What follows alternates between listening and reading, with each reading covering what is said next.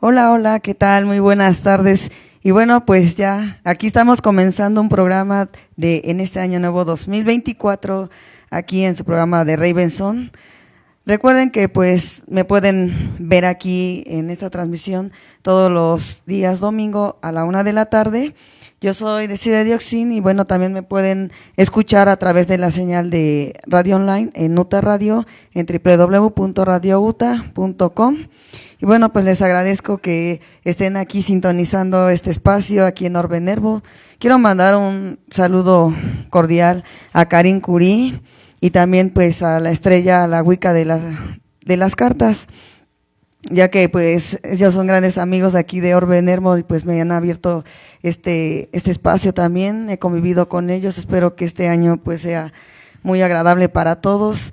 Y ahora sí que comenzando este programa pues quiero comentarles que aquí invité ahorita a un gran invitado, que es, pues para mí es un ícono dentro de la escena gótica, aparte de que es escritor, pero bueno, yo le quiero ceder las palabras a él para que nos diga su nombre, su edad y a qué se dedica. Hola, ¿qué tal? Desiree, muchas gracias por invitarme. Yo soy Cristian Chavero López, tengo 44 años, soy comunicólogo, egresado de la UNAM y actualmente trabajo como pues el encargado de la editorial de la Universidad Rosario Castellanos, que es una universidad pública de aquí de la Ciudad de México.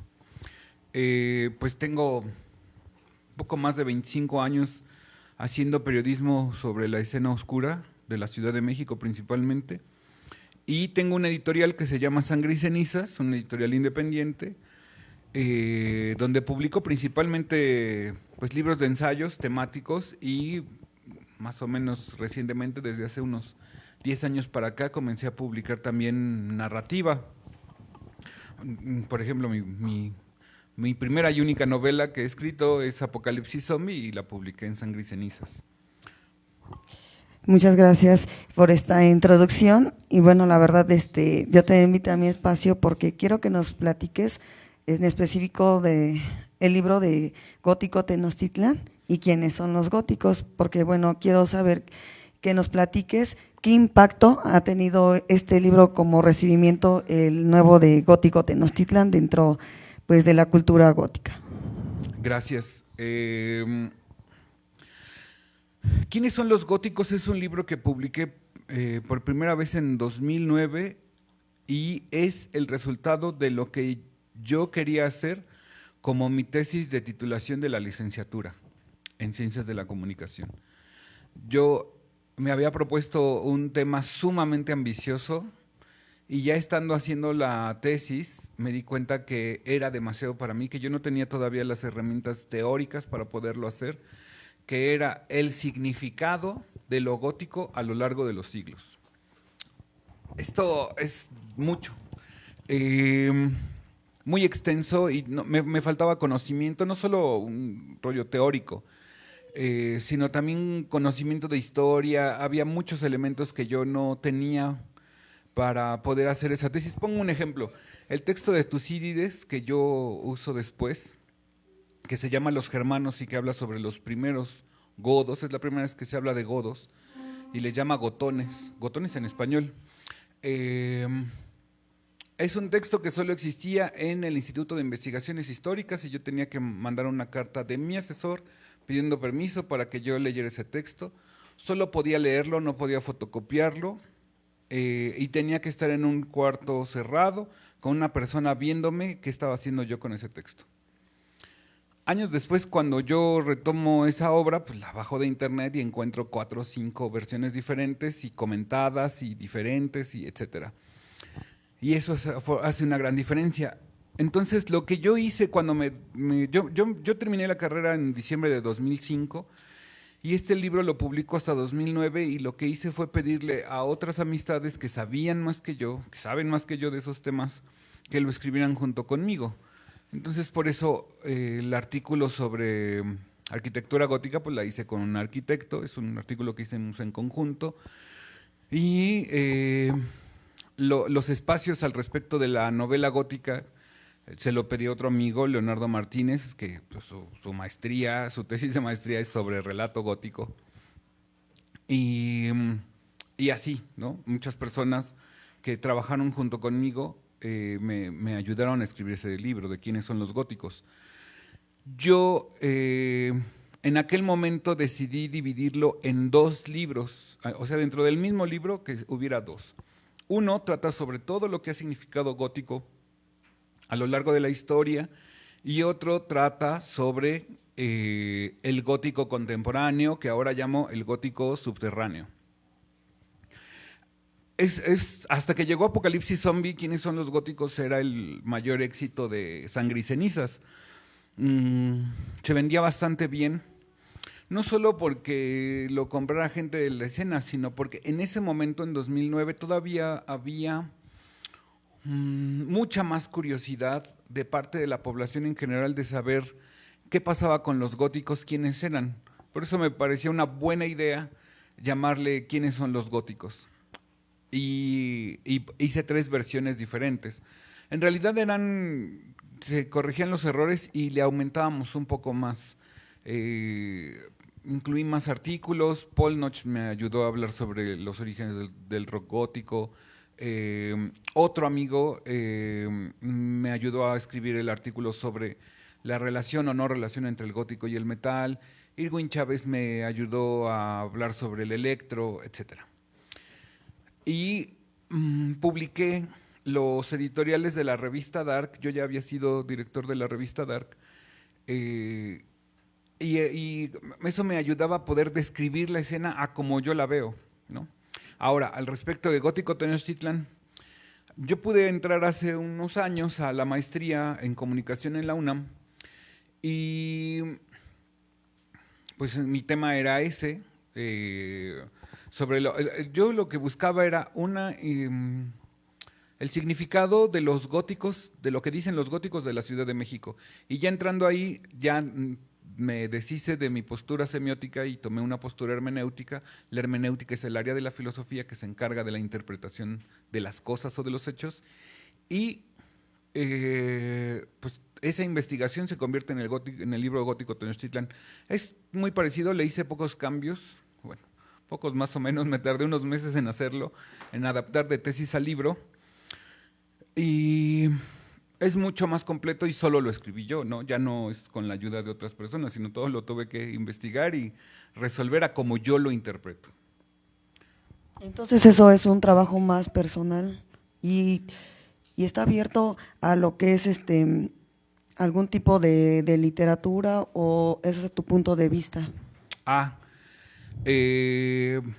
No es solo mi punto de vista, es una investigación con una metodología de investigación. Es una metodología mixta porque las investigaciones pueden ser cuantitativas o cualitativas, o ahora mixtas. Cuantitativo significa que vas a buscar datos que puedas cuantificar, medir. Entonces, en ese sentido, mi investigación es fruto de una encuesta que yo aplico, como estábamos en pandemia, la aplico por internet.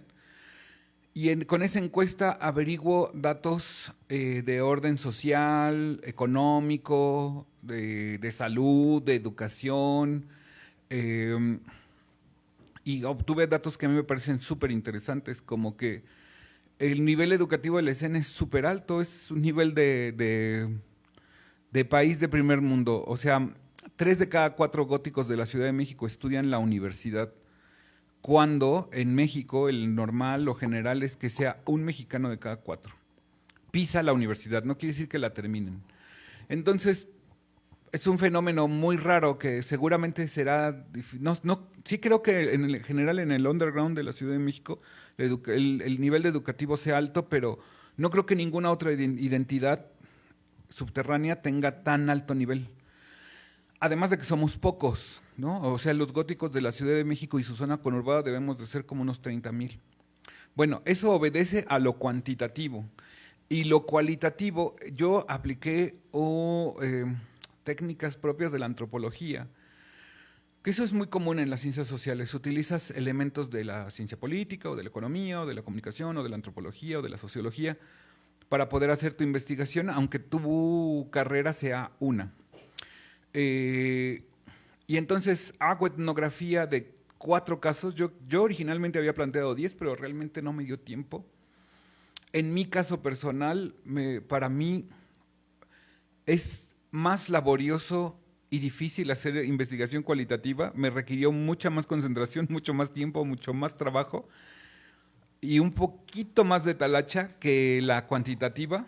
La cuantitativa me fue más sencilla. También es muchísimo trabajo y también es fácil equivocarse, etcétera. Todo tiene su rigor. Pero bueno, la investigación cualitativa yo quería que fueran 10, al final solo fueron 4 entrevistas y se hacían las entrevistas etnográficas y además se hacía etnografía de los momentos en que estas personas crean eh, o presentan, ¿no? O sea, a lo mejor no puedo revisar su momento creador, pero sí cuando se presentaron, cómo se manifiestan, qué es lo que dicen, qué es lo que busca la tesis. Saber qué dicen los góticos de la Ciudad de México con su ser góticos. Recurro a muchísima literatura. Hay alguna literatura especializada que era como de esperar, investigaciones sobre juventud. Un antropólogo que se llama Carles Feixa, que ha hecho mucha investigación. Él es español, pero ha hecho investigación sobre el punk aquí en México. Y pues retomo de él principalmente el concepto que él utiliza de estilo, que dice que un estilo está conformado por nuestra manera de hablar, nuestro lenguaje y lo que decimos, las actividades focales, que es cuando hacemos estas cosas que nos hacen ser góticos o punks o ska o lo que sea, nuestra manera de vestir o estética y nuestro consumo cultural. Estos elementos hacen que uno sea o no sea. Y le agrego otros, ¿no? También hay muchas investigaciones, por ejemplo, la de Maritza Urteaga, que es una peruana que vive en México desde hace como 40 años y que hace investigación sobre juventud. Esas son como las esperadas, pero no sé, me encontré con un concepto que me fue súper interesante de un antropólogo también español, pero que él hace antropología de la religión. Y él dice que nosotros los seres humanos, retomando a Heidegger, somos arrojados al mundo. Sí, somos arrojados y él dice que nos acoge una cultura y nos acoge por medio de la palabra o el empalabramiento. Y este empalabramiento es cómo le damos sentido a las cosas a partir de lo que nos dicen, de lo que nos dice nuestra mamá, de lo que nos dice la familia, de lo que nos dice el barrio, de lo que nos dicen las escuelas, las otras instituciones en las que estamos, lo que nos dice la ciudad. Y nos vamos construyendo como individuos, lo que nos dicen los medios, etcétera.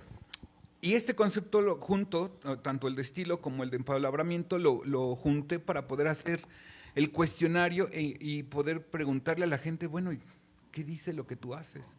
¿Quién eres? ¿Dónde vives? ¿Cómo influyó esto? ¿Cuándo conociste góticos? ¿De qué se trataba? ¿Qué creías que era el gótico? ¿Qué crees que es ahora? ¿Cómo haces? ¿Qué significa lo que tú estás haciendo? Y además, yo propongo desde quiénes son los góticos que hay. Yo primero decía que eran 6 temas y es una adición de Frisia Guerrero la que me da la idea de decir que hay un 7º tema que siempre está presente en los discursos de los góticos.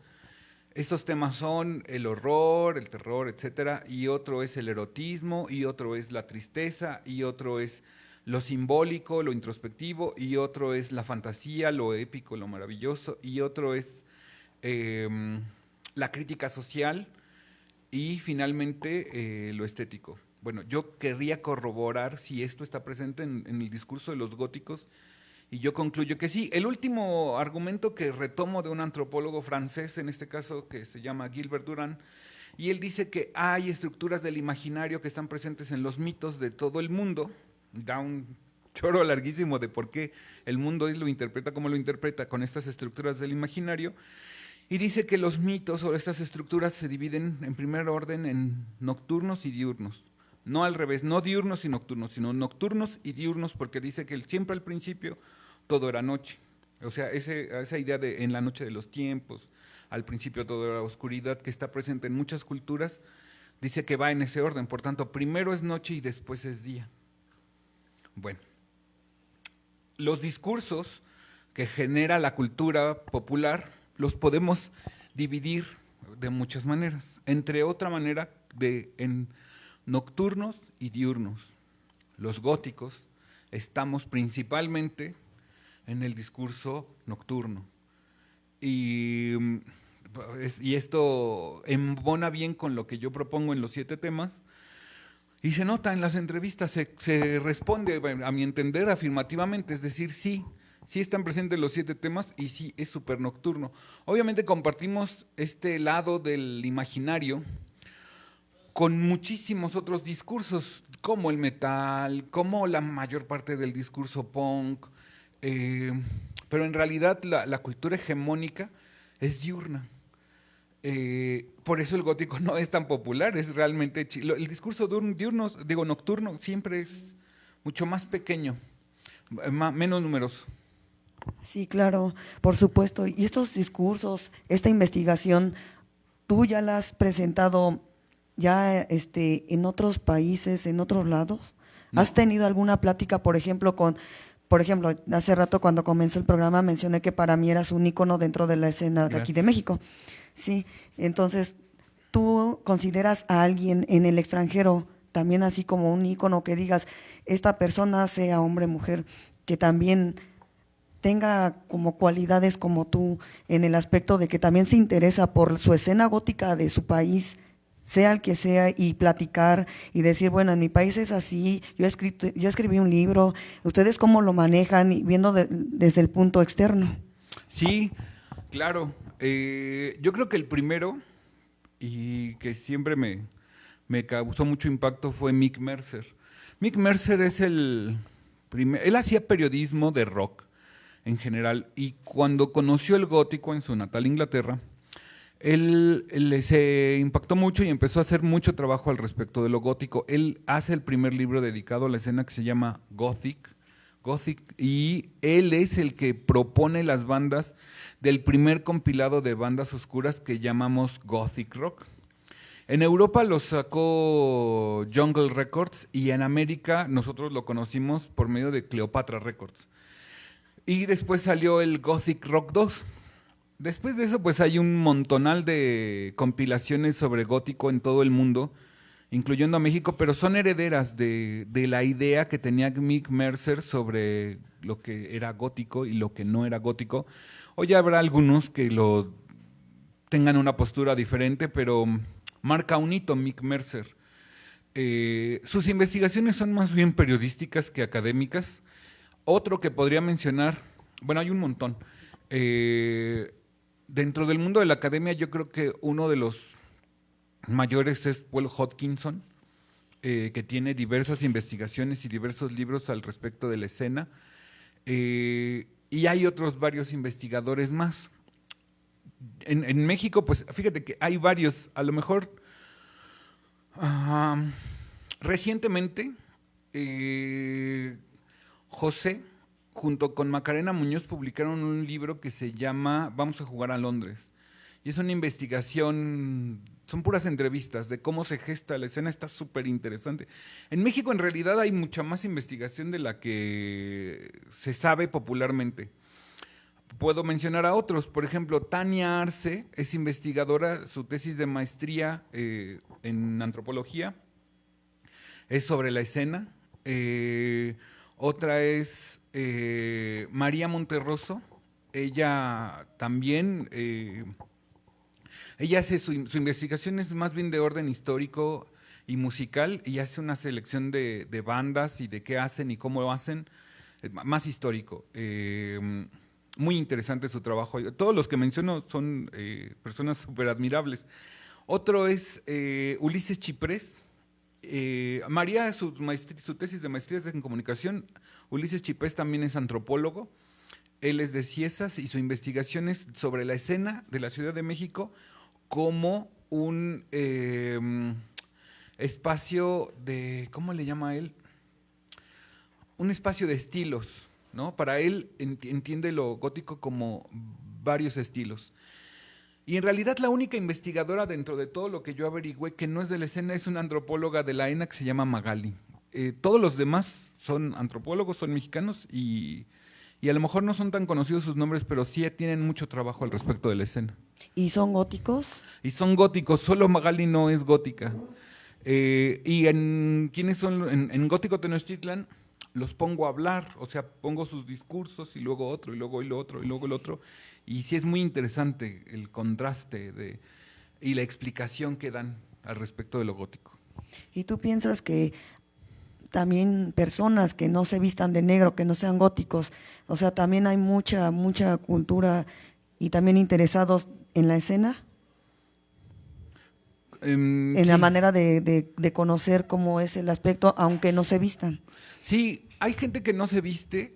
Pero le interesa el tema. Sí. Y aparte también a veces quieren apoyar, ¿no? Diría, hay gente que es de la escena y no siempre se puede vestir o no siempre se viste, pero son de la escena. Consumen gótico, hacen cosas de góticos, les gusta lo gótico y se consideran góticos. Ahora, hay otras personas que son simpatizantes. Yo les llamo militantes, son los góticos que somos góticos, nos decimos góticos, hacemos cosas de góticos, vamos a cosas de góticos. Oye, otros que son, estos yo les llamo militantes, y otros que yo les llamo simpatizantes. Son ese gran número de personas que les gusta El Cuervo, o les gusta El Chico Manos de Tijera, o les gusta The Cure, o les gusta Depeche Mode, y les gustan algunas cosas, o sea, de repente van al Chopo, o de repente van al Onder, o de repente van a un evento de Carlos Camaleón, y ahí se nutren de cosas de góticos, aunque no se consideran góticos, pero les gusta y simpatizan, ¿no? Y a lo mejor no se visten, y así podemos encontrar, no es que sean wannabes, no es que sean personas que no saben, no, a lo mejor son metaleros que también les gustan algunas cosas de aquí, a lo mejor son académicos que también les gustan algunas cosas de aquí, pero su vida nunca los hizo adentrarse y comprometerse y casarse con lo gótico, ¿no? Y ese es un número enorme, enorme, enorme. Si tú ves las identidades, todas las identidades subterráneas, en realidad son grupos pequeños. Los simpatizantes es un grupo enorme. Si tú dices, la escena synth pop pues es súper chiquita, pero vas a un concierto de Depeche, pues es masivo. ¿Quiénes son esos masivos? Simpatizantes. Los militantes son poquititos. Así es, tienes mucha razón en lo que nos explicas. Y la verdad, pues sí, yo lo único que quiero que ahorita nos digas para cerrar el programa, ¿hay algo que vas a escribir todavía más? ¿Viene algo más que podamos recibir de Cristian Chavero? Pues yo espero que sí, toda la vida. ¿Qué sigue? Tengo algunos trabajos que no tienen nada que ver con la escena pendientes que voy a publicar este año. Pero, bueno, además de que estoy haciendo un par de resúmenes de Edgar Allan Poe para la editorial de otro amigo, lo que creo después de estos trabajos es que también voy a hacer algunos relatos de terror. Eso es lo que tengo pendiente. Tengo también pendiente una novela de cosas como más realistas, Igor.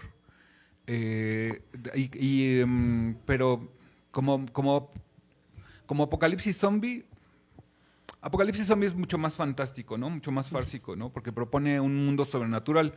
Pero en este caso me interesa mucho el tema del feminicidio en Ecatepec.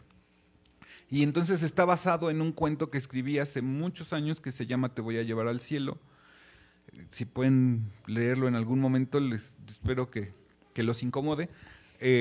Como debe hacer el terror, y bueno, esa es otra novela que tengo pendiente. Tengo otro libro que es una ampliación de un ensayo que escribí hace tiempo para Criptomórfica, la editorial de Frisia, y es Darkness of Mexico, que es un ensayo sobre el lado oscuro de México, tanto la muerte en Mesoamérica, cómo se da el sincretismo hasta la época moderna. Otro capítulo es sobre el espacio mágico, los chamanes, las brujas, etcétera. Otro es sobre las calaveras, y un capítulo más es las muertes, los sacrificios, los descabezados, el lado oscuro, terrible, feo, sangriento de México. Y espero poder hacer de ese ensayo que hice breve, un libro más o menos grande y traducirlo, ¿no? Igual nos gustaría traducir en algún momento Gótico Tenochtitlan, porque me parece que podría exponer ante el mundo la riqueza del gótico mexicano que para medio mundo no ha sido descubierto, ¿no? Y creo que hoy El mundo todavía no se ha enterado que México está entre los punteros del gótico en el mundo. O sea, es mucho más grande la escena propositiva, tenemos más antros, tenemos más escena, tenemos más de todo, menos dinero que las escenas de otros países. Muchas gracias y la verdad agradezco que haya más todavía de Cristian Chavero y que nos compartas todas esas cosas. Sí, estoy fascinada con esa idea de la traducción para que se comparta en el extranjero. Siempre nos cuesta mucho porque los que no sabemos idiomas, otros así como que cuesta trabajo, pero siempre hay quien apoye, ¿no? Esas causas, porque la verdad pues enriquece mucho a la escena GOT en especial. Y bueno, ya nos despedimos. Danos tus redes sociales, cómo te pueden encontrar en tus redes sociales. Gracias. Cristian Sangre y Cenizas Chavero. También pueden buscar el canal de YouTube, Sangre y Cenizas. Las páginas en Facebook son Sangre y Cenizas o Sangre y Cenizas Editorial. Y ahí estamos publicando todo lo que hacemos. Perfecto. Bueno, muchas gracias por estar aquí en nuestro espacio de Ravenson. Recuerden que soy de Cire Dioxin, Oceana Juárez, como me conocen muchos. Yo me despido de ustedes y nos vemos hasta la próxima. Chao.